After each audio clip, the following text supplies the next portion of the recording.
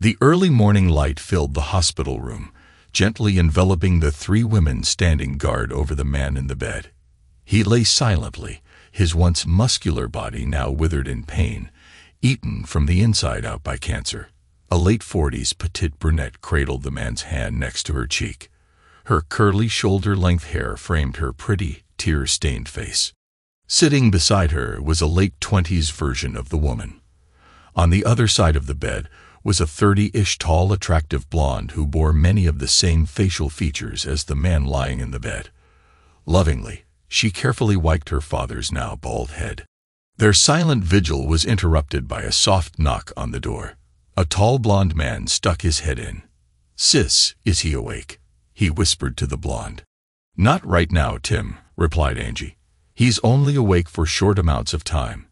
The morphine keeps putting him to sleep, Molly," he said gently, turning to the older brunette. "May we come in?" She looked up at him, smiled weakly, and nodded. He stepped back and opened the door. A very attractive woman in her early 50s sheepishly entered the room. Her long hair was a heavy mixture of blonde and silver streaks that flowed loosely about her shoulders. Even at her age, she still had a body women 20 years younger envied. Molly softly greeted, "Gwen, please come in." Angie stood up and looked over at Molly. Molly smiled reassuringly and nodded. The young blonde turned back to the guest. "I guess you can sit here, Mom." "Thank you, Angie." What ensued was a human chess match. Each move by one of the human chess pieces caused a move by another piece. Each advancement toward the king resulted in a defensive counter-move to protect him. Finally, the room settled when Angie sat on the other side of the bed. For Molly and her daughter Jessica, Angie had moved to a chair in one corner while Tim sat in the other corner chair. "Thank you for allowing me to come today," Gwen said softly. "When the kids told me Joe was going to spend whatever time was left at home, I had to ask to see him. It was the right thing to do."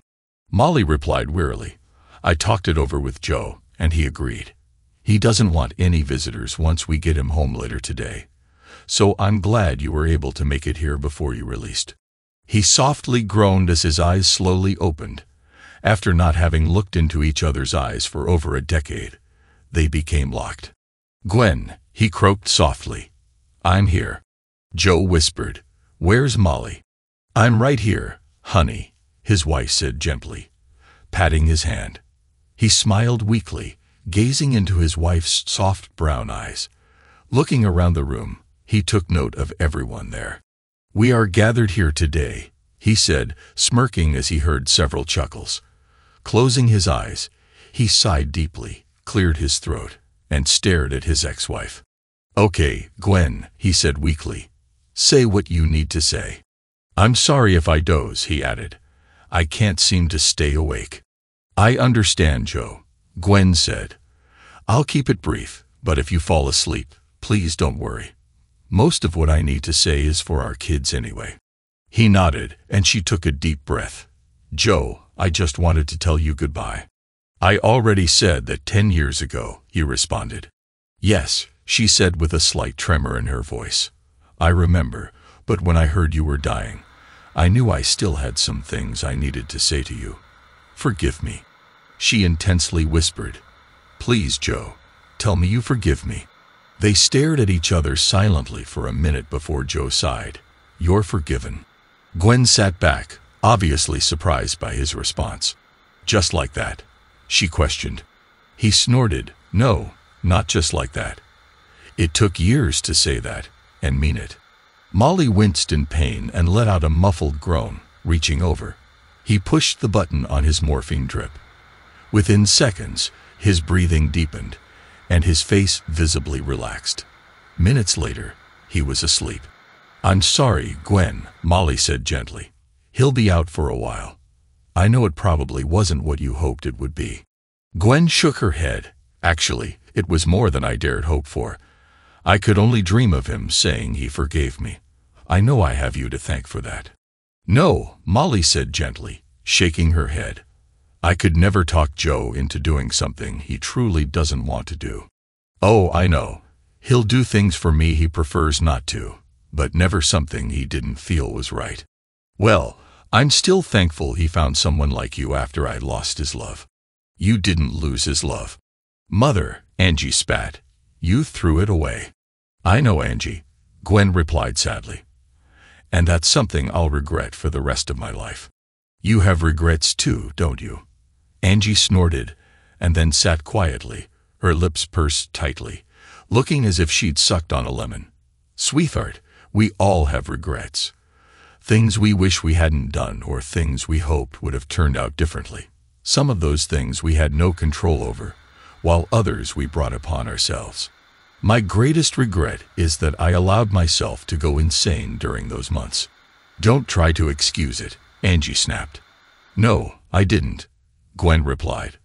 Only that my thinking was severely messed up during that time. There were a lot of things happening back then. Things I doubt either you or Tim were aware of. I know, neither your father nor I ever told you the details of everything that happened. Joe chose not to do that because he felt I had cheated him, not you, since you were both already out of the house. I never told you about it because it would have made you hate me even more than you already do. I don't hate you, Mother, Angie said coldly. I hate what you did, not you, however. I'll never sit quietly and listen to anyone downplay the magnitude of destruction and pain your actions cost, Tim.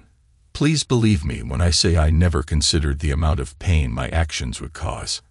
How could you not, Mom? Tim said calmly from his chair. You had to know that cheating would hurt him. You and our family were the world to him. Gwen nodded. You're right. I didn't know what I was doing was wrong, but I ignored the possible consequences. When I did let myself think about it, I immediately knew the danger I'd put my marriage in. Fortunately, that realization didn't come until I was already in the affair. By then, it was far too late. During the divorce, everyone asked me why I'd done such a horrible thing. I wish I had a better explanation than the pathetic excuses I came up with back then. I've had 10 years to dissect my actions, and I believe I now have a better idea of what happened. This isn't an excuse, she said, staring coldly at her daughter. Just an explanation of how it happened. Up until now, I've never wanted to admit the reasons because they make me look as selfish and shallow as I was. Simply stated, several things happened at the same time that presented me with the opportunity to cheat on Joe, and I arrogantly and foolishly walked right into it. Molly said, Gwen, gently, you're a very beautiful woman. I'm sure you had many opportunities to break your marriage vows over all the years you two were married. Molly smiled weakly at her ex-husband's wife. Thank you, and you're right. I had lots of opportunities, but not like this. Joe had started traveling again after he accepted a large contract. I knew he took it to help pay for Angie and Tim's college, and we discussed it, and were in agreement. It was only for 6 months, but it affected me worse than I'd ever dreamed it would. When he traveled earlier in our marriage, I had the kids there to help me deal with it. With both of them in college, I was by myself. I felt so old and alone. Then at work, a handsome younger man began pursuing me. I knew Douglas was only doing it for physical pleasure, but having a rising corporate star paying attention to you was very flattering. Angie snorted as Tim's look of disappointment was plainly visible on his face. Gwen quickly continued. Like I said, she said calmly as she looked at her children, I was arrogant and selfish. I know it doesn't excuse what I did, but hopefully you'll see how I allowed it to happen. I want you to know it was never anything that your father did or didn't do. It was my fears, and then my ego that opened the door. I never stopped loving him, even during the affair. How can you say that, Mother? Angie sneered. You were involved with another man. I know you don't believe it, but it's true. The problem wasn't that I didn't love your father because I did. The problem was that I loved myself more during that time. I put my needs and wants ahead of the family and your father's needs.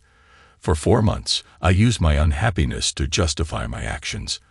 When I finally came to my senses, I broke off the affair, but the seeds of destruction had already been planted. I'd hoped I could live with it and spare your father the pain of finding out his wife was unfaithful. I knew there was a good chance he would divorce me if he ever found out. Then fate stepped in to make it sooner than I'd hoped. When I broke off the affair with Douglas, neither of us wanted anyone to know about it. He actually had more to lose than I did. He was married to the daughter of one of our board of directors and was our corporation's star project manager. He was on course to be our youngest corporate vice president. So when I ended the affair, I made one stipulation. He was never to have contact with Joe or work on any project with him. My corporation had contracted with your father's company several times in the past, and I couldn't bear the thought of Joe answering to Douglas. Douglas would always have the secret knowledge that he'd been involved with me, and he might have somehow used that against your father. I couldn't take the chance he'd disrespect Joe. It sounds silly, right? After I disrespected your father for those months. Douglas agreed, of course. Things seemed like they were going to be okay if I could just get past the guilt. Then that government contract came along. It was potentially worth millions, and I knew Douglas would head up any GSA project if we wanted it. I also knew Joe's company was going to be deeply involved with it as well. It was after we won the bid that my fears were realized. It was announced that Joe would be heading up the engineering team, an essential element to the project. He would, of course, be answering to the project manager, Douglas. I confronted Douglas and reminded him about our agreement, but he told me business was business and refused to step aside. I don't think he believed I'd go through with my threat, but he was wrong. Gwen paused and took a deep breath, tears streaming down her face, testifying to the pain of the memories. Your father handled my confession like I expected. He sat stoically and listened, asking several clarifying questions. I could see him gathering the information he needed before making a decision. When I saw a tear begin to run down his cheek, I knew it would end badly for us. The next day, he removed himself from the team. I don't know if he was trying to take the high road and protect his company's interests, or if he suspected what would happen when he stepped down. Either way, it couldn't have worked out any better for your father. Since all hell broke loose, he was a key part of that team. So when he tried to step down, it got everyone's attention, including the bigwigs in both our companies. When they started asking questions, their assistants started digging for answers. It didn't take them long to uncover Douglas's affair. That's when the nightmares that had tormented me for the past year became a reality. As I expected, the dollar signs outweighed any clout Douglas had, and he was removed from the project. It worked out well for Joe and his company, though the embarrassment of the situation prompted my corporate leadership to offer a larger percentage of the contract's profits to his company, and he ended up getting promoted. Douglas, and I didn't fare nearly as well. Why would you have expected that? Tim commented coldly. I didn't, Gwen said softly. Not even back then. The shame of her confession was etched on her usually pretty face. It was obvious she had carried this burden for many years. What I could never have imagined was how bad things were about to get. Douglas and I both tried to find other employment only to discover we were effectively blacklisted. Apparently, Douglas's father-in-law took his family's and daughter's embarrassment very personally. Douglas ended up getting assigned to every unpleasant project in some of the worst third-world countries. After spending several years jumping from one difficult place to the next, he finally gave up. He gave his wife a divorce and crawled away with nothing. Last I heard, he was selling insurance in Detroit. Since he was a couple levels above me on the corporate ladder, he was still considered one of my supervisors. I know the company feared a lawsuit, so they promoted me right back into an office that never sees the light of day. I guess I shouldn't complain. The money is decent, but my career is essentially over. She paused and looked into the eyes of each individual in the room, as if trying to assess how they were receiving her confession. Jessica had a pinched look on her face, clearly annoyed to hear how her stepfather had been unfaithful. Molly looked concerned and guarded. It was easy to tell she already knew most of this. It was Tim and Angie's looks that caused her to falter. The hurt and disappointment in their eyes seemed more than she could bear. Slowly, she gathered herself and continued. If I thought things were bad at work, then what was happening at home was a living hell. My marriage was collapsing, and there was nothing I could do to stop it. Joe sat down and talked to me a few times after he filed for divorce. I apologized until I was blue in the face. I told him that none of it was his fault, that it was me who destroyed our wonderful marriage. He said it couldn't have been too wonderful if it wasn't enough to keep me out of Douglas's bed. That hurt. I understood why he was bitter and why he'd said it, but it still hurt. Joe then asked me why I cheated. My answer was just a string of excuses. After that, he broke off all communication with me. At first, I was angry and frustrated. I was mad at myself for bringing all this down on us, and I was frustrated with Joe for not trying to help save the marriage. "Oh, please, Mother," Angie scolded. "If Daddy had cheated on you, would you have forgiven him and fought for the marriage?" Gwen slowly shook her head and smiled sadly. "We both know the answer to that, sweetheart. I would have been much more vindictive and would have tried to inflict much more pain than your father did." Angie responded. "I said I was disappointed, not that I didn't understand why he was reacting that way. I didn't really blame him. I was angry because I saw our 20-year marriage circling the drain. I knew I'd pulled the plug, but I was infuriated that I couldn't stop it. Only Joe had the ability to save it, and he chose not to. You know, if he'd really wanted to make my life a living hell, he would have." Taking me back, there were several small gasps. "You've always had a way with words, haven't you, Mother?" "That's not what I meant. And you know it, Angie," I said with tears beginning to fill my eyes. "What did you mean, Mom?" Tim asked gently from behind her. "I would have done anything to show your father how sorry I was for destroying us. I would have degraded myself in ways that would have shamed an old man if he could have somehow found a way to love me again. But I knew the night I told him about my affair that it would never happen. Even through my tears, I could see how deeply I'd wounded the man I claimed to love. I swear I saw his love for me die right there in front of me. Our marriage was over right then. I saw it in his eyes. He had to move on." "Mom," Tim said softly, "we all did." "Yes, I know," I said. "I also know I'm still having some difficulties doing that. You kids have been a great help to me in those areas." "Oh, I know you were angry with me at first," Angie added softly. "No, furious was more like it.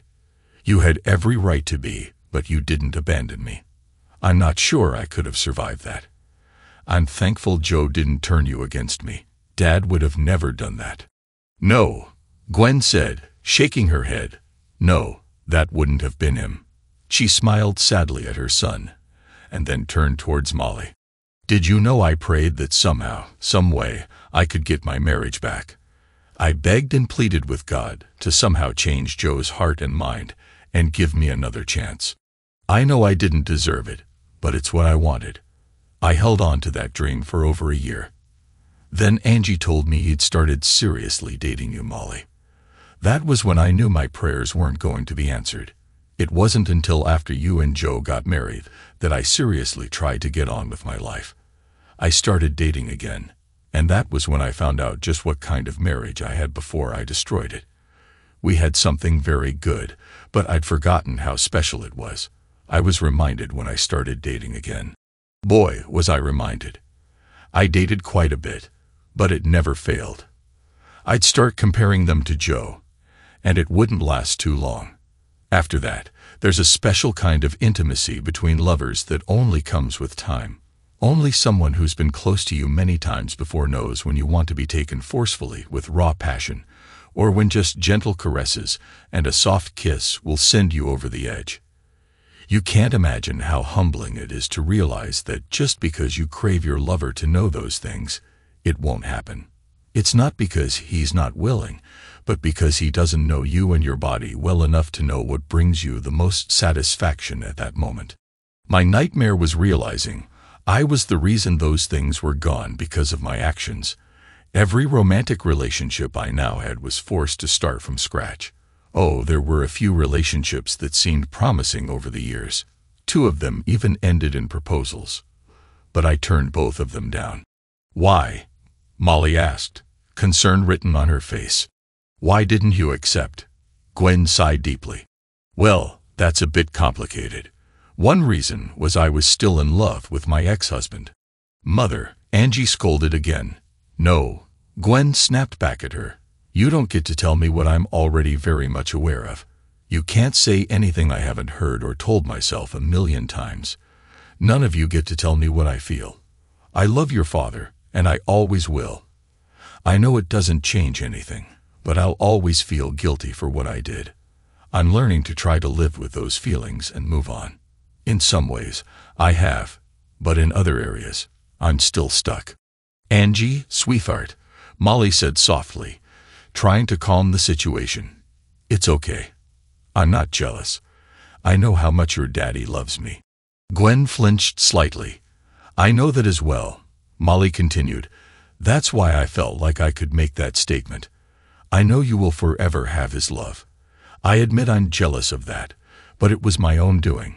Please, I don't want anyone to think my feelings for Joe were the reason I turned down those marriage proposals. It's much deeper than that. Just like everyone in here, I question if I really loved my husband like I said I did. How could I act that way? I wish I had an answer I could live with. So I compared my love for my would-be suitors to my love for Joe, and since my feelings for each of them weren't as strong as my feelings for him, I had a problem. If I couldn't stay faithful to Joe, how could I promise either of them my fidelity? I cared enough about them to turn each one down at that time.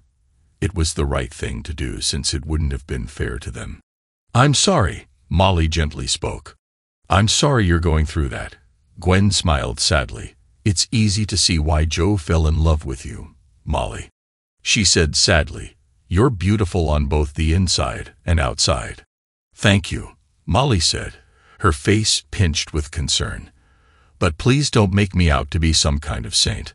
I have my own regrets, especially related to my first marriage, but one in particular is related to Joe. Mom, Jessica alarmed questioned. No, it wasn't something terrible, but it is something I'm ashamed of. Since Gwen had been so brave in talking about her regrets, I'll try to follow suit. It happened a few months after Joe, when I had started dating. Our dates had been quite warm and affectionate, but we hadn't been intimate. I knew it had been a while for him while both of us were dealing with the romantic tension between us, which was complicating everything. Then I overheard a phone call. It was obvious Maggie was starting to get uncomfortable. Taking a deep breath, she continued, I heard Joe talking to someone. At first, I thought it was you, Angie, but now I realize I don't know who it was. Whoever it was, Joe was talking about possibly reconciling with Gwen. I know I love Joe, but I was still so scared after the disaster of my first marriage. Even though my first husband had left us 9 years earlier, I had never let a man as close as I had Joe.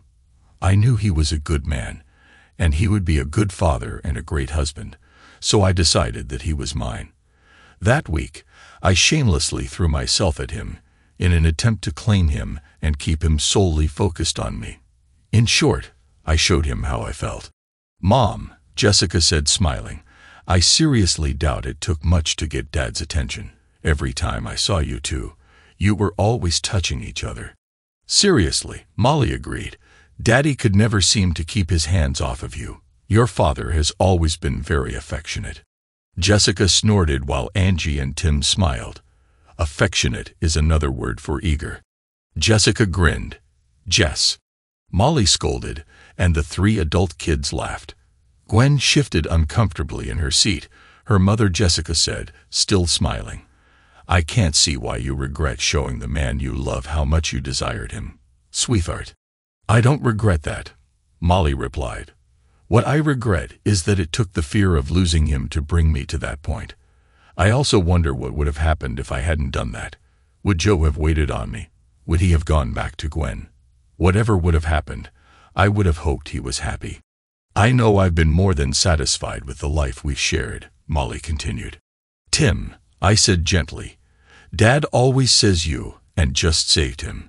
Molly nodded and softly laughed. I know he does. She said warmly, but the truth is, he saved us as well. After my ex took off, I had some real trust issues. I dated on and off again for almost 10 years, but those issues were always in the way. I had trouble believing any man would want me for something other than just intimate connections. Then Joe shattered those misconceptions. Gwen chuckled as she looked at her grinning stepsister. "What?" Molly asked, confusion clearly written on her face. "Sure, Dad wanted you for more than just intimate connections," Gwen said. "Of course he did, honey." "Oh my," Tim, Angie, and Jess laughed as they watched Molly's face turn bright red again. "Jessica Patterson, you behave," Molly replied, fighting back a shy smile. "Your father's love has been so much more than just that. He's a good man and a great father. Even when he first got sick, he was still looking out for us. I couldn't have prayed for a better, more loving husband. He's made these last 8 years happier than I'd ever thought possible." "I never realized Joe ever seriously considered reconciling with me," Gwen stated softly. "I wonder who he would have been talking to about something so personal." "Well, since this is apparently our family confession day," Angie stated sarcastically, "that was probably me. Daddy and I had several conversations concerning that. I didn't realize you were so involved with these decisions back then," Molly said gently. Angie sighed, looked over at Jess, then back to Molly. "More than you can probably guess." "Well," Angie said calmly, "I knew Daddy was at a crossroads back then, whether to live in the past or to move forward. He told me he was falling in love with you, and if he didn't break it off, he'd probably ask you to marry him. He said he still had feelings for Mom, though he told me you can't be married to someone for that long and not still have some feelings for them. I asked him about those feelings. He told me where once they had been almost purely love, now they were a mixture of love and hate, anger and bitterness, weariness and despair. He was struggling with whether to go back and try to work out those feelings or to start fresh. Naturally, since I'd been trying to set him up with Molly, I pushed him that way." "You tried to set him up with other women," Gwen said sadly. "I didn't realize you hated me that much, Mom. Like I said, I don't hate you, but this wasn't about you. This was about Daddy. I saw what your affair did to him. It almost killed him. On the outside, he might have appeared strong and calm, but on the inside, he was bleeding to death. I stayed with him that summer after you told him about your affair. It was a month after your confession, and all hell was breaking loose. I can't tell you the number of nights I'd go up to his room to check on him and hear him crying. He wouldn't cry in front of me, but when he was alone in his room, he'd let the pain out. I'd sit quietly outside his door in the hallway and cry with him." Tears filled Gwen's eyes as she slowly shook her head. "I never knew," she said quietly. "I knew I'd hurt him, but I never saw any signs of his pain other than his angry outbursts." "That's because he never wanted you to see it," Angie said. "He didn't want you to have the satisfaction of knowing how badly you'd wounded him." "I never meant to hurt him like that, Gwen. I was selfish and totally focused on what I wanted and needed, but I didn't maliciously try to hurt your father. Whether you did it intentionally or just through your mistakes isn't really important, Mom. The fact was you did it. So when he was faced with the choice of going back to a wife who had hurt him in so many ways, or starting again with a woman who loved him and would never hurt him, I pushed for the latter. We all know it would have taken months or years of working through the trust issues just to get to a level where he could begin to relax and be happy again with you, Mom.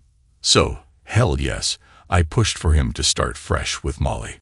I do regret manipulating him a little, and I even sort of feel bad that I had a hand in making sure you two didn't get back together. But to be honest, Mother, this wasn't about you anymore.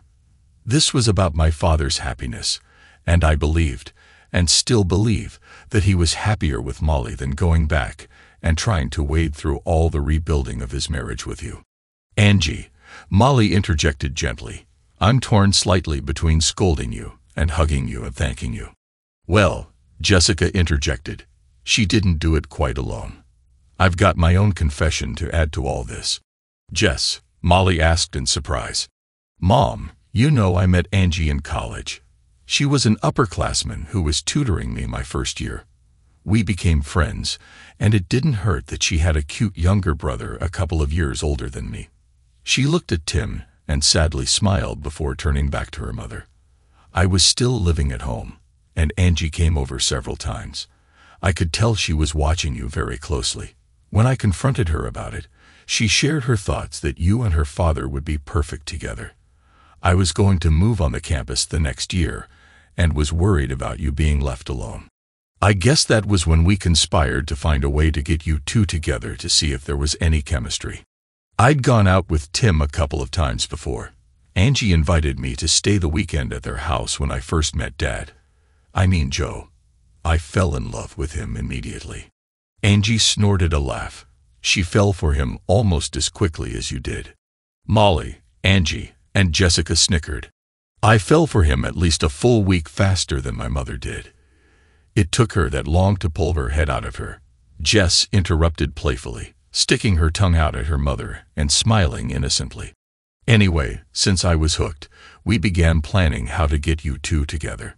Angie came up with the idea of inviting both of you to meet for a weekend visit.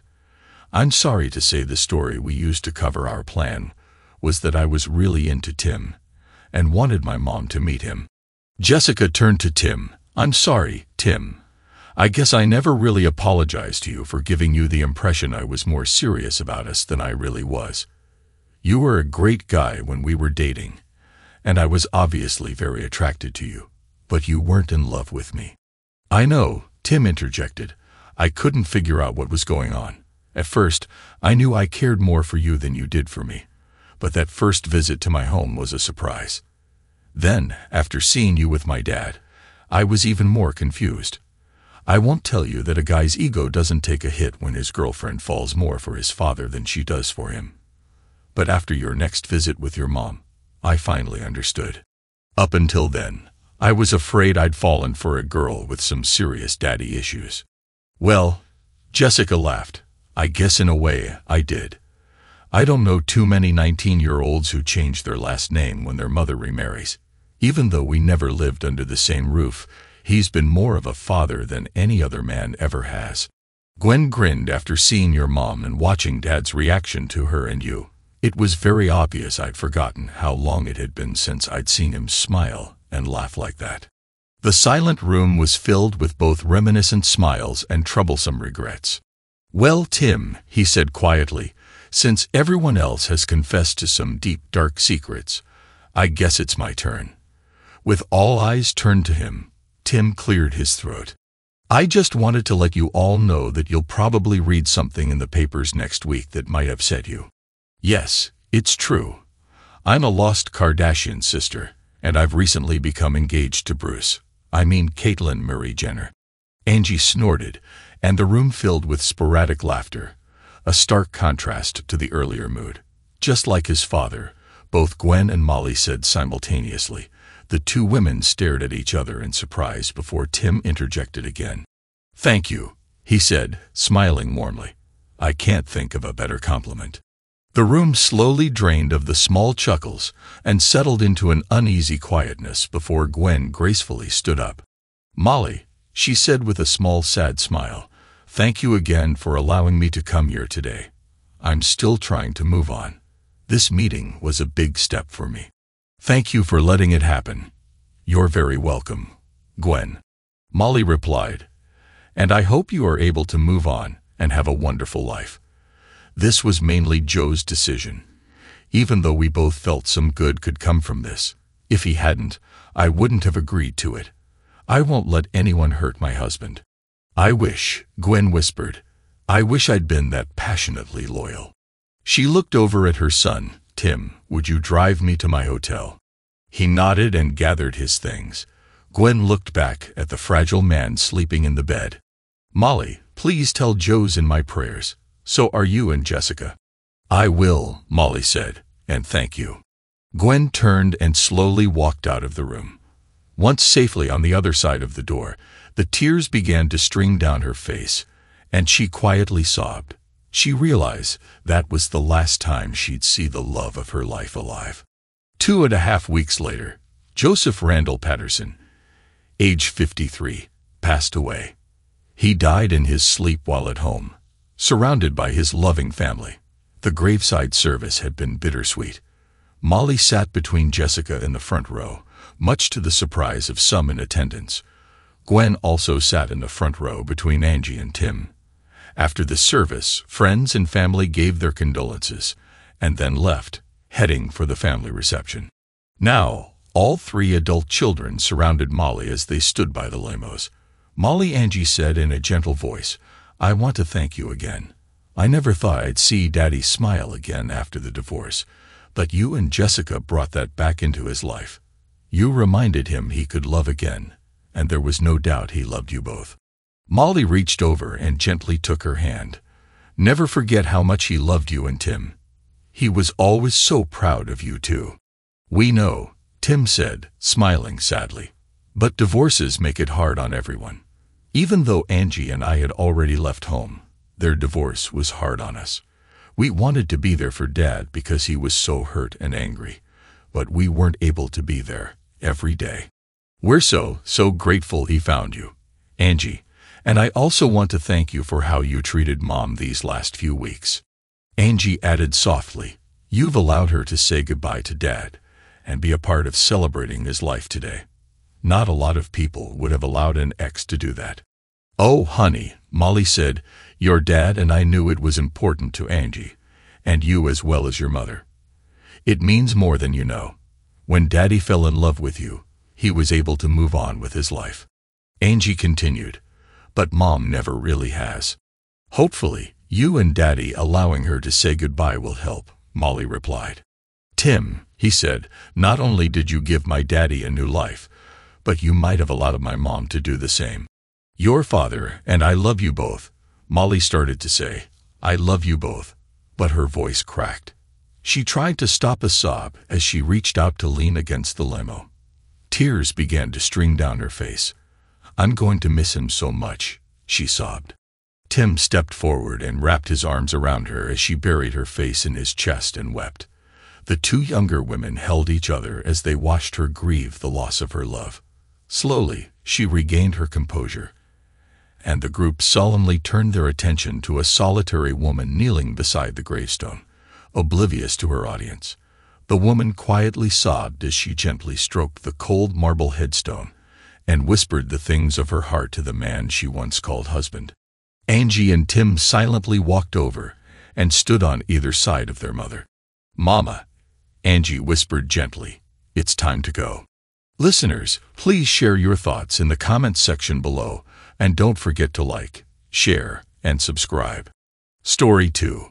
This is a story about human weaknesses and the strength of decision-making, about how forgiveness and letting go can help us move forward. Rob faces a painful divorce, deceit, and disappointment, but ultimately finds a new path to happiness. I have learned from my own experience that you need to check everything carefully before getting married. This is an extremely important moment, and if you do not take into account all the nuances, then in the future, it will all become clear. I wasn't a fool. I was taken advantage of and led by the nose, and it was done by the people I trusted the most and thought I could rely on at any moment. I instructed the two gentlemen carrying the dresser to place it against the wall. Returning to the task of hanging pictures, I was approached by Tom, who had 2 suitcases in hand. "Where do you want them?" he asked. "I want them on the floor in front of the bed, and when you bring in the items on hangers, just place them in the closet." Once the pictures were up, I arranged the suitcases on the bed and proceeded to unload them into the dresser drawers. The remaining boxes were brought in by Tom and 2 others, Mike and Phil. I directed them to store the contents in the closet. Phil handed me a travel case, remarking, "This is the last of it." Taking the case, I informed them that I would meet them at Murphy's Tavern in half an hour. After unpacking the case and organizing its contents on top of the dresser, I stepped back to survey the room, adjusting a few items for a more uniform appearance. I assessed the overall arrangement and was satisfied with the result. I left the room and headed to Murphy's to join my friends. I was enjoying my second beer when my cell phone interrupted the moment. Glancing at the screen, I noticed the call was from my wife. Opening the phone, I greeted her with a casual, "Hello. Rob, I'm at the house and I can't get in. The garage door opener isn't working, and none of my keys fit the locks," she said. "Not surprising, Maggie, since you don't live there anymore." "Of course I live here. Where are you, Maggie?" "I'm at the house. I mean, where are you standing right now?" "On the front porch. Look around you. You should see a man approaching." His instructions were to wait until he saw you, take out your cell phone, and make a call before telling you what is going on. "There is a man coming up the walk right now. He will answer all of your questions. Goodbye." 5 minutes later, my cell phone rang again, and once more it was my wife. "Rob, what the hell is this nonsense about divorce?" I exclaimed. "No nonsense, Maggie. I just decided that it was time to end things with a cheating wife." "Don't be stupid, Rob. I have never cheated on you." "I'm not being stupid, Maggie. What I am is no longer stupid and blind. Don't bother calling me again. You've been served, and the papers have my attorney's name and phone number. Any communication between us from now on will have to go through him. And by the way, I moved all of your things out of the house and into your lover's place. Goodbye, Maggie." I disconnected, signaled the waitress, and ordered us another round. It all began with a call from Tom, who suggested meeting up for a drink after work. Tom had been my closest companion since the first day of 7th grade, and our bond was immediate and unwavering throughout high school. Following graduation, I pursued a degree in business management at college while Tom enlisted in the Navy. After completing his service, we reconnected, meeting once or twice a week and hosting monthly cookouts in either his backyard or mine. Our rendezvous took place at Murphy's Tavern. Finding Tom already seated at a back table, I waved at Sally as I passed the bar, and she promptly opened a course, handing it to Sherry to deliver to me. Seated across from Tom, I inquired, "What's going on?" "It's not good, buddy, and I won't come off looking great here, so I need to provide some context. Remember our high school days. If a girl didn't engage on the first date, there wouldn't be a second one. Our philosophy was if she did on the first date, 1 wasn't enough, and 4 was too many. Yeah, but that's ancient history. Yes and no. It convinced me that intimacy was just entertainment, fun, not to be taken seriously. You know, and I know you know that Barb and I are swingers. We keep it discreet unless someone approaches us about it, and only swing with out-of-town groups. Barb shares my view. Intimacy is meant to be enjoyed without love and devotion. I love Barb to death, and everyone knows it. It doesn't bother me to see her enjoying herself with someone else because I know she'll be going home with me, committed to spoiling me rotten. What does that have to do with me? I'm working on it. After leaving the Navy, our approach to relationships changed. I had already met Barb and believed she was the one for me while you were dating Maggie. Additionally, we had matured a bit with age. I married Barb, and you married Maggie, and the following 6 years passed happily until 2 weeks ago. What happened 2 weeks ago? 2 weeks ago, you sat at this very table after a few beers. You shared that you felt something was wrong in your marriage. You even mentioned, and I quote, "If I didn't know better, I would say Maggie is cheating on me." Remember that? Yeah, I do. Well, Rob, that's what brings me here today. Maggie is cheating on you. You've got to be kidding. I'm not. Maggie has been cheating on you. Are you serious? As serious as death. How long have you known? Answering that question straightforwardly is tough. Come on, Tom, you brought it up, so spill it. Okay, I've known for 2 weeks. She has been cheating on you since before you got married. Have you been drinking all day? Of course not. Why would you even ask that? What you said makes absolutely no sense. You've only known for 2 weeks, but you claimed she was cheating before we got married. We got married over 6 years ago. Tom, I was aware of her activities since before your marriage, but it wasn't until our conversation 2 weeks ago that I realized it constituted cheating. This is the part where my image takes a hit. Given our past similarities, I assumed you shared my perspective on intimacy, that it was enjoyable, entertaining, and not necessarily tied to love or devotion. I understood that you and Barb weren't like me, but I recognize that everyone has their own preferences. Some men enjoy watching their wives with other men, while others like the idea of their wives going out and then sharing the details afterward. Some find excitement in having a more adventurous spouse, and there are those who, to maintain harmony in the family, allow their wives some freedom. Then there are men who don't mind what their wives do as long as they return home. I assumed you fell into one of these categories. Why would you assume that? Why wouldn't I? Maggie has been engaging in this behavior for over 6 years, at least twice a week. How could you not be aware? I mean, come on, Rob. Concealing infidelity for 6 or maybe 8 months is one thing, but for 6 years, I assumed you must have known, just as you knew about Barb and me without ever mentioning it. I never brought up what I thought was happening between you and Maggie. Now, am I correct in thinking that, considering how well you know me, you might have assumed the same about me? I pondered his words for a moment before responding. No, not at all. If it's been happening for as long as you suggest, I can understand the rationale behind your thoughts. What baffles me is that it could have persisted for so long without me having a clue. It's only in the past month or so that I started sensing that something was amiss. So I suppose the crucial questions now are who, when, and where.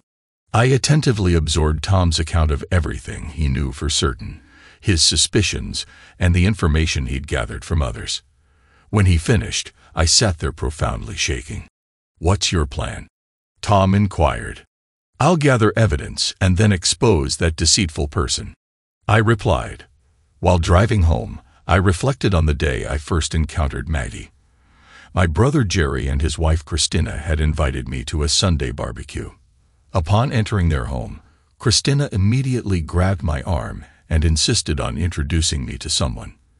This wasn't the first time Christy had attempted to play matchmaker. Since my breakup with Marcia, who had been my girlfriend for 3 years, until she casually informed me of a date with another guy, Chrissy had persistently set me up with 6 other candidates.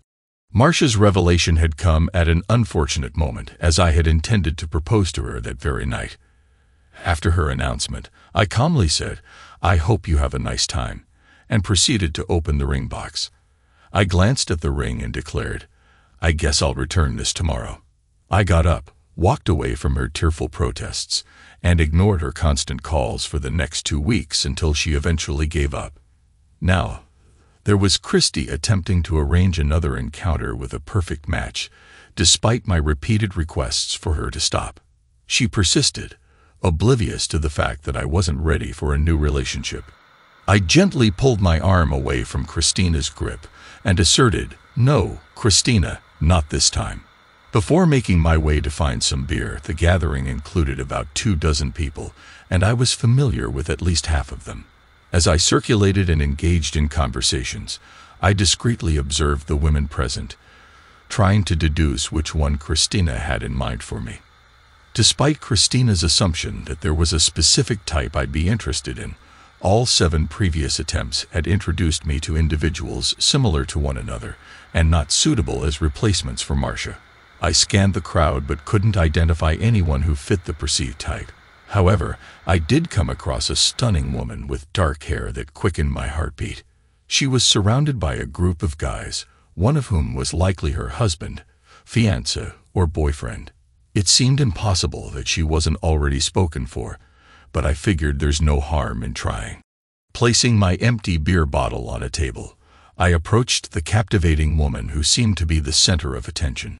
"I hope you don't mind the interruption, but Christina asked me to come over and find you."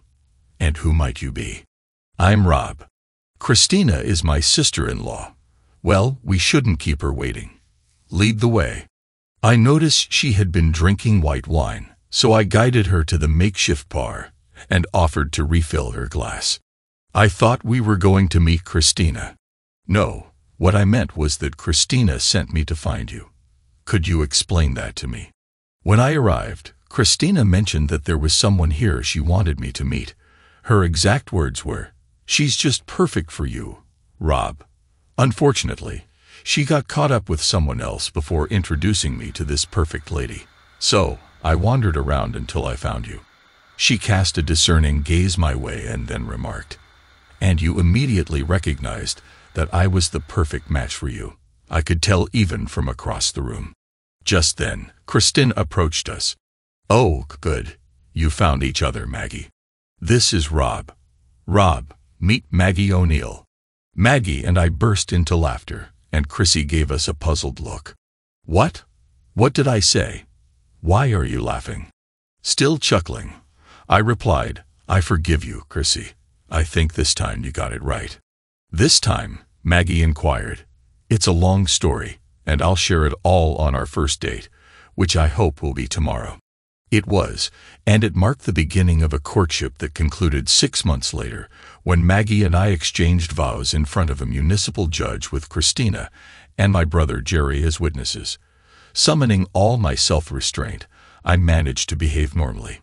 Upon arriving home, Maggie welcomed me with a kiss, casually mentioning that dinner would be ready in 20 minutes. Retrieving a beer from the fridge, I headed to the family room, turned on the TV, and tuned into Fox News. As I endured the mindless chatter of pundits discussing trivial matters, I couldn't help but contemplate how Maggie could confess her love for me daily while engaging in a clandestine affair behind my back. What baffled me even more was that this deception had been going on for over 6 years, a period that extended back to our dating days. Tom had disclosed the details. Tuesdays, Thursdays, some Saturdays, and especially during my business trips. Tuesdays were supposedly dedicated to card night with her college girlfriends, the sorority sisters she remained close with. Thursdays involved her participation in a book club at the library. So after our dinner, she would kiss me goodbye, urging me not to wait up, only to head out and engage in more than just bridge.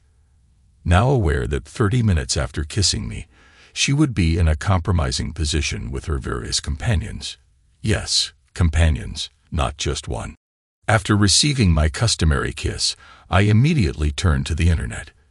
It took me less than 5 minutes to find what I needed.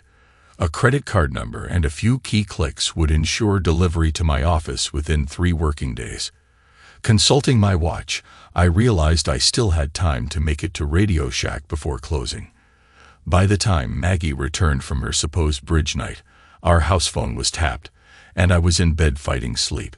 Even though we had previously been intimate after her car nights, I now understood that on those occasions, I was not her first encounter of the evening. While I continued to engage in intimacy with Maggie on some nights to avoid suspicion, I vowed never to let myself be someone's second or third choice again.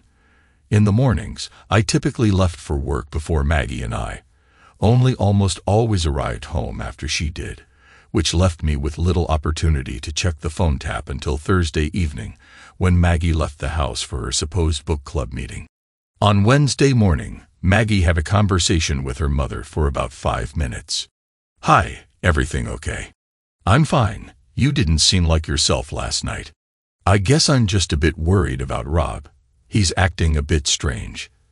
"Do you think he knows or suspects something?" "I don't know. No, it's just a feeling I have. I don't have any solid evidence, just a hunch." "Do you want to cancel tomorrow night?" "No, because if he's suspicious, I'm afraid it would make him curious why, after years of going, you suddenly stopped. I think we have to keep it business as usual. Both of you need to stay vigilant and ensure that nothing gives us away. I'll let him know we don't want the secret getting out there." There was only one call on Thursday. "Hi. Hi yourself. Are we still on for tonight? Wouldn't miss it. Love you." "Love you too, baby. See you in an hour." Once again, I pretended to be asleep when Maggie came home, and it took all I had not to flinch when she cuddled up next to me on the bed. On Friday, my package was delivered, and upon opening it, I familiarized myself with the instructions. It turned out to be a wireless mini-camera cleverly disguised as a book with motion activation and the ability to transmit signals to a receiver located up to 300 feet away. Tom informed me that my wife and her companions occasionally used our house when I was away on business, possibly so that Maggie could be home if I called. My plan was to strategically place the disguised camera during my next trip out of town, while putting the device into the trunk of my car. My thoughts lingered on the phone call from Tuesday. I realized I needed to address Maggie's concerns and ensure she moved past the uneasy feeling she had. There was only one way to do it. When I got home, Maggie was in the kitchen making dinner. Sneaking up behind her, I hugged her gently. "Turn off the stove. I'll start with dessert tonight." "Is this dessert going to be filled with cream?" she teased. "I wouldn't be surprised at all," I replied. She turned the stove knobs to the off position, and I lifted her, carrying her to the bedroom. I made sure to repeat the gesture on Saturday morning and Sunday night, hoping it would alleviate any lingering uneasiness. On Monday, I informed Maggie that I'd be heading to San Diego for 4 days the following week. Tuesday, I took the plunge and stayed up to be with her, engaging in a physical encounter, not lovemaking, just physical intimacy, before we fell asleep. Subsequently, Maggie's phone conversations no longer hinted at her suspicion of my peculiar behavior. Come Friday, I eavesdropped on a recorded conversation, discovering Maggie plans to visit her companions before a regular hairdresser appointment. The content of the conversation confirmed my expectations. "Will we be arriving at your place next week while he's away?" "Absolutely. You know I have to be around when Rob makes his nightly check-in call. I'm looking forward to next week. No need to rush, no frantic race to get you home. I cherish the moments when we can spend the entire night together." "I feel the same way, baby." "I have to," she continued. "I need to prepare dinner for my husband." We engaged in physical intimacy on Friday night, Sunday afternoon, and again on Monday morning before I left for my trip. As I bid Maggie farewell, I was mindful that if the book camera functioned as promised and captured what I anticipated, Maggie and I would no longer be sharing a home. A week later, the camera fulfilled its purpose, but it failed to capture both of Maggie's companions. Initially, this puzzled me as I had anticipated having footage of both individuals. However, I dismissed the concern since I had gathered more than enough material for my intended use. Over the weekend, I made an effort to behave normally around Maggie. On Saturday, I met with Tom for a beer, and we finalized our plans for Monday at 10 o'clock. That day, well after Maggie had left for work, Tom, Phil, Mike, and I convened at my house to relocate all of Maggie's belongings by 11 o'clock. The locksmith had arrived, changing all the locks and programming the garage door opener. In the preceding week, I consulted with an attorney to initiate the divorce paperwork, but we delayed serving the papers until I had obtained the visual proof I sought.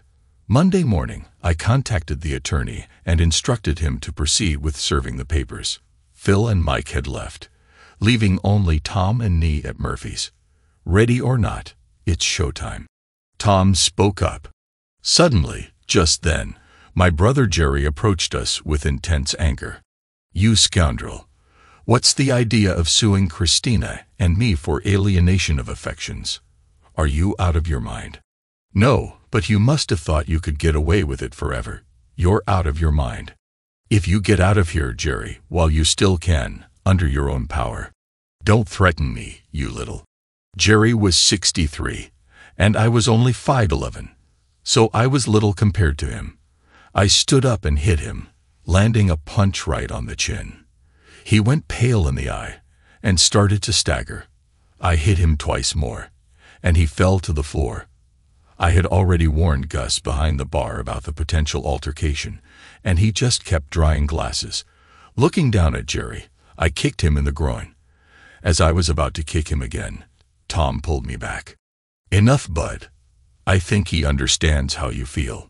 I don't know if he has the courage to charge you with assault, but let's not make it any worse than it is." Jerry struggled to get up, and I added, "Mom and Dad are going to be so proud of you. You wouldn't have the courage. I have plans to dine with them on Wednesday night, and they're likely to inquire about Maggie's absence. Care to speculate what my response will be?" "Oh, And by the way, I utilized the key you entrusted me with during your vacation to access your home. I relocated all of Maggie's belongings to your spare bedroom, so now she can stay there full-time instead of just on Tuesdays and Thursdays. I turned to Tom and suggested, "Let's leave this place." I waved at Gus, and he reciprocated before we departed. When I arrived home, Maggie's car was already in the driveway, and she sat inside, waiting for me. After pressing the garage door opener button, I maneuvered Maggie to enter the garage and closed the door behind me. Despite her attempt to enter before it shut, Maggie didn't make it in time. Hoping she would eventually leave but knowing she wouldn't, I proceeded into the house. The doorbell began to ring incessantly, and anticipating that it would persist until I answered, I decided to face it head-on. Having foreseen this situation, I had already secured the front and back screen doors and the patio after the locksmith's visit. Maggie attempted to pull the screen door open, but it remained firmly shut. "Let me in, Rob," Maggie pleaded. "There's nothing for you here. All your belongings have been relocated to Jerry and Christina's place. You now reside in their spare bedroom, saving the travel time you used to spend on Tuesdays and Thursdays." I informed her, "We need to talk, Rob." She insisted, "No, we don't. The time for that conversation should have been the day I proposed. What should have happened then is you saying, 'Oh God, Rob, I don't know. I have long-term companions. I don't want to give up. If you can see your way clear to share me with them, of course, I'll marry you.' I would have declined, and we could have avoided what we're going through now." I replied, "I need to explain, Rob." She persisted. Probably I interrupted, but while you feel the need to explain, I don't feel the need to listen. All communication will be through my attorney from now on. With that, I closed the door in her face. Maggie pounded on the door for another 15 or 20 minutes, but I simply turned up the TV volume and ignored her. The following day took a turn for the worse. After a discouraging start, as I prepared my morning coffee, the phone interrupted my routine. It was Jerry. "Rob, we need to have a conversation. You've misunderstood everything. It's not what you think, and I need a chance to explain." Jerry pleaded. Those were the exact words Maggie used last night, and I'll tell you what I told her. You might want to clarify, but I have no interest in hearing it. "Stay out of my life, Jerry. No calls, no visits, no emails or letters. As far as I'm concerned, you're dead to me, and I don't want to see you or hear your voice again," I retorted before hanging up. Still fuming from the call, the phone rang once more, and this time it was my mother. "Don't forget you're coming over for dinner tomorrow night. Aunt Grace is in town, and I'm hosting a family dinner." My mother reminded me, "Will Jerry and Christina be there?" I inquired. "Of course." "Then I'll have to decline." "Why in the world would you say that?" "Jerry and Christina are no longer part of my life. If you want to know why, ask them about their 6-year affair with Maggie," I explained. "Oh my God, Rob, you can't be serious." My mother gasped. "Unfortunately, I am 6 years, but you've only been married for 6 years. It seems it started even before Maggie and I got married." I clarified, "Baby, I'm so sorry. Give my love to Aunt Grace, and come up with an excuse for why I can't make it. We'll talk later." My mother said before hanging up, "It pained me to put my mom in a position where she had to navigate family events without me and Jerry in the same space, but I knew I had to explain sooner or later. I opted for sooner, as the sooner she knew, the sooner she could confront Jerry."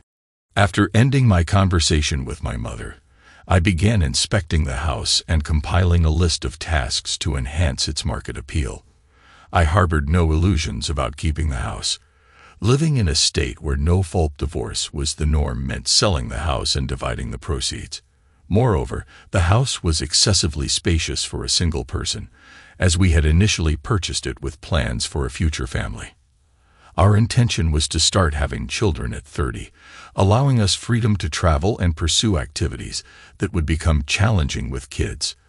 In hindsight, I was relieved we had delayed, as subjecting children to a divorce is never ideal. While contemplating the backyard on the patio, I heard a voice behind me. "Afternoon, Rob." Christina greeted. "What do you want to talk about?" I asked coldly. "You won't talk to Maggie or Jerry, so I thought I'd try at least." "I don't think you'll hit me like you did Jerry," she said cautiously. "No need to talk, Christina. You don't have anything that I either want or need to hear." "Since when have I been Christina?" "It has always been Chrissy or Chris. That was before I found out about you stabbing me in the back for the last 6 years," I retorted. "Don't try to charm me, Christina. I wired the house before my last out-of-town trip. I have it all on DVD. Christina, so save your lies now. Please leave. I won't hit you like I hit Jerry, but if you don't leave on your own, I'll pick you up and carry you off my property. I warned you, do that, and I'll file assault charges against you. You can call the police and have them evict me from your property, but if you touch me without my permission, I'll burn you," she threatened. I locked eyes with her and held my gaze as I took out my cell phone. "So be it," I said as I started pushing buttons on the phone. "What are you doing?" she asked nervously. "Taking your advice and calling the cops," I replied. "Damn it, Rob, why won't you be reasonable and hear me out?" she pleaded. "Because I don't want to." All right, I'll go," she relented. She turned and walked around the side of the house and out the gate. I disconnected the call and went back to scoping out the yard. For the following 2 days, I avoided answering Maggie's calls, whether they came through my work phone, home phone, or cell. Evenings were dedicated to working on home improvement projects listed for preparing the house for sale. While fixing a leaking shower door in the downstairs bathroom, a loud noise from the kitchen caught my attention. Upon investigating, I discovered Maggie entering through a broken window. "What are you doing here? Getting into my house since my key is no longer valid." "That's the way I chose to do it," she said. "You're not supposed to be here. This is my home as much as it is yours. Simply claiming I don't live here anymore doesn't change that. You should have hired a better lawyer." "Rob, your divorce papers don't specify who gets the primary residence pending the court's decision. I've corrected that in my petition. Once you're served, you'll have to move out." "Your petition? I'm countersuing on what grounds?" "I demanded a no-fault case, Rob, so I don't need grounds. However, my lawyer suggested stating a reason, so I'm citing extreme mental cruelty. If there are no complications, the paperwork is rubber-stamped, and it's done." "Explain." "But it's not true, so it becomes public record. If someone does a record search, I won't come out looking good." Maggie pointed out. "So fine, if that's how you want to play it. I'll consult my lawyer tomorrow and change my petition from irreconcilable differences to adultery. Let's see how you feel if your name pops up in a record search. To spice it up, I have evidence for my claim, and you don't. I threatened you. You don't have any proof." Maggie challenged. "I'm well aware. I received information from a reliable source that you were unfaithful, so I installed surveillance cameras in our house before my recent business trip. I possess a vivid recording on a DVD capturing you being unfaithful in our bedroom and on our bed." I revealed. "Is that the reason for all this? My involvement with Chrissy and Jerry?" Maggie inquired. "Jerry? What does Jerry have to do with any of this?" "Don't faint. Ignorance, Margaret Estelle. You know very well what Jerry's role is in this. The 3 of you have been betraying me since before we even got married." I accused. I noticed a change in her expression, as if a light bulb had suddenly lit up. "Oh no, Rob, you've misunderstood. There is absolutely nothing going on between Jerry and me. There has never been anything between Jerry and me."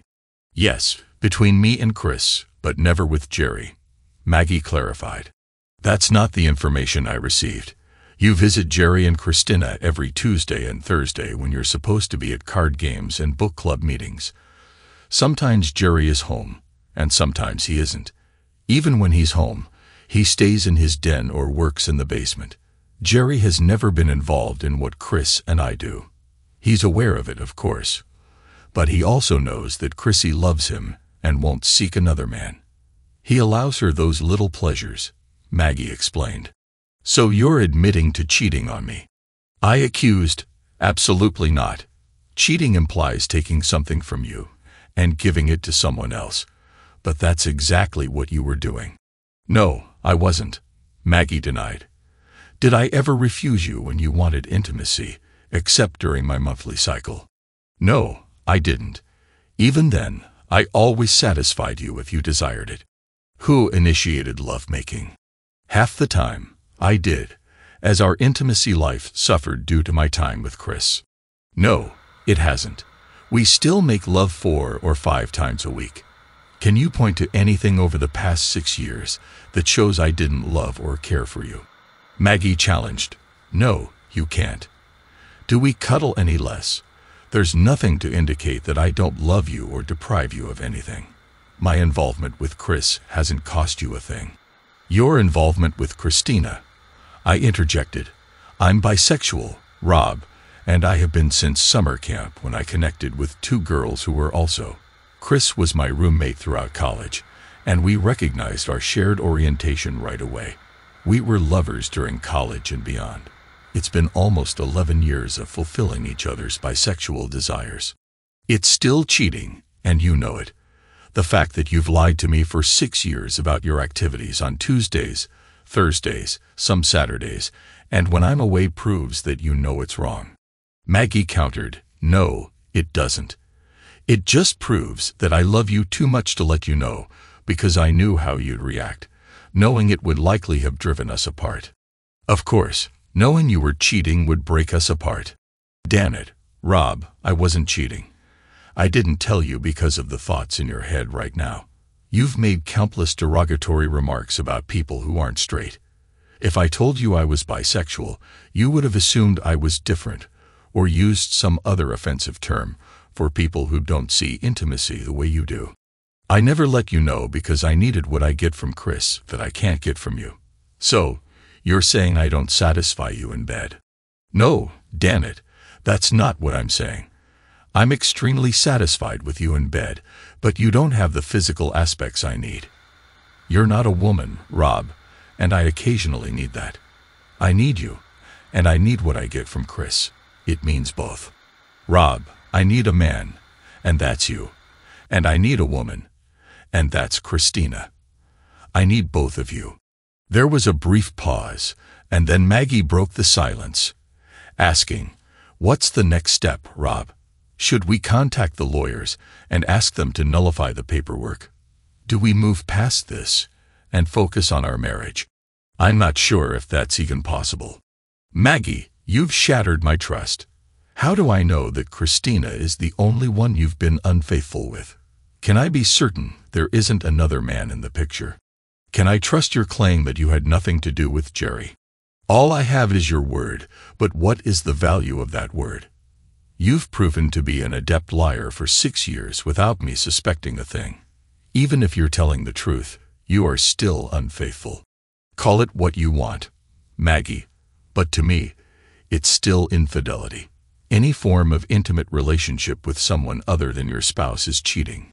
Can I move past it, perhaps with effort? But can you? Can you with your bisexual nature? But just having only half of what you claim to need, can you let go of Christina and find contentment with just me? I questioned. I'm not letting go of Christina, Rob. Maggie stated firmly. Well, there's your answer. I replied. What answer? Maggie asked, puzzled. You asked if we should contact the lawyer, serve, and void the paperwork, and you just answered that question. The answer is no. We won't call them. I clarified. I never made that statement. Maggie protested. Yes, you did. When I asked if you could prioritize our relationship over Christina, you chose her. I explained. Come on, Rob, be reasonable. I explained my perspective to you. Maggie pleaded. You explained it from your point of view, and as far as you're concerned, it's not an issue, but from my standpoint, it is a problem. I won't share my partner with anyone, be it a man or a woman. If my partner engages in intimate relations with someone else, it's considered cheating, and I won't accept it. I asserted, "Are you serious? Are you willing to end what we've had over this?" Maggie asked incredulously. "Okay, Rob, I'll let go of Chris. Are you satisfied now?" "No, Maggie, it's too late for that." I replied. "Why?" "I'm giving you what you want," Maggie said confusedly. "Yes, but you're doing it reluctantly. You don't really want to. And as far as you're concerned, I'm forcing you. You resent it, and over time, that resentment will build and further affect our relationship. You still don't acknowledge that you've done anything wrong, and if the opportunity arises where you think you can do it without consequence, you will. Our only chance was when I asked if you could be content with just me, and you replied definitively, 'I'm not giving up Christina, Rob.' That sealed the fate of our relationship." I explained, "No, Maggie, the only way our marriage could have continued was if I never found out. Unfortunately, I did. Enjoy Christina and find a man who can accept it. Just make sure you're honest with him before you marry him." I concluded. Maggie never pursued a countersuit, and the divorce was finalized. It was painful because I genuinely loved Maggie, and that feeling may endure. But I couldn't bring myself to accept infidelity, even if she didn't believe she was cheating. I suppose adhering to old-fashioned values comes with a price. Maggie remarried, but I have no knowledge of whether she disclosed her inclinations to her new spouse before they exchanged vows. What I do know is that she lived in Jerry and Christina's spare bedroom until she moved out again. The rift between my brother and me never healed. Maggie's statement that he never laid a hand on her meant nothing to me because he was aware of her actions, kept it for me, and covered for her, which in my view was just as egregious. While I reached a point where I could attend family gatherings with him and Christina present, I maintained my distance, and we never exchanged words despite Christina's attempts to bridge the gap. I eventually met a woman I liked enough to date consistently, and after 6 months, she hinted at wanting a long-term commitment before tying the knot. I asked if she had any secrets I should be aware of. When she inquired about the nature of secrets, I shared my history with Maggie. She chuckled and said, "I've had a few experiences, but I'm not particularly into them. I much prefer fidelity, and I'm a strong believer in it. I married Betty, and things are going well. In fact, she's expecting, and I'll be a father in 6 months." This story makes you think about the complexity of interpersonal relationships, how we perceive betrayals, and how we react to them. It also demonstrates that decision-making can sometimes be a difficult and painful process, but ultimately, it can lead to a new beginning in a better life. Thanks to everyone who took the time to listen to today's stories. If you enjoyed it, please consider liking and subscribing if you haven't already. Feel free to share your thoughts on the events in the comments below. Take care.